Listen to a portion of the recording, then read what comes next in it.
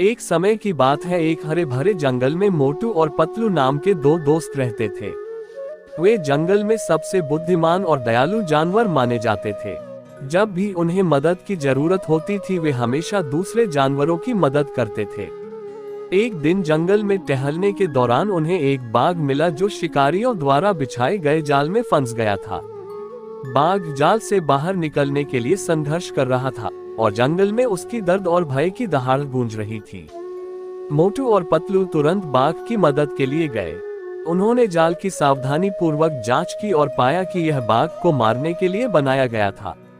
मोटू और पतलू जानते थे कि बाघ की जान बचाने के लिए उन्हें तुरंत कार्रवाई करनी होगी। उन्होंने आपस में चर्चा की और एक योजना बनाई। मोटू पास के एक पेड़ पर चढ़ गया और उसे विचलित करने के लिए मांस का एक टुकड़ा बाघ के सामने लटका दिया, जबकि पतलू ने अपने तेज पंजों से जाल को कुशलता से तोड़ दिया। बाघ यह महसूस करते हुए कि अब वह खतरे में नहीं है, मोटू और पतलू के प्रति कृतज्ञता से भर गया।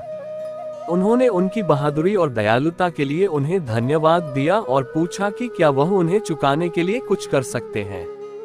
मोटू और पतलू ने उनकी दयालुता के बदले में कुछ भी लेने से इनकार कर दिया। हालांकि बाघ ने उनके लिए कुछ करने पर जोर दिया और पूछा कि क्या वह किसी भी तरह से उनकी मदद कर सकता है। मोटू और पतलू को एक तरकीब सूझी। उन्होंने बाघ से पूछा कि क्या वह जंगल में अन्य जानवरों के लिए दया और करुणा का संदेश फैलाने में उनकी मदद कर सकता है। बाघ बिना किसी हिचकिचाहट के मान गया।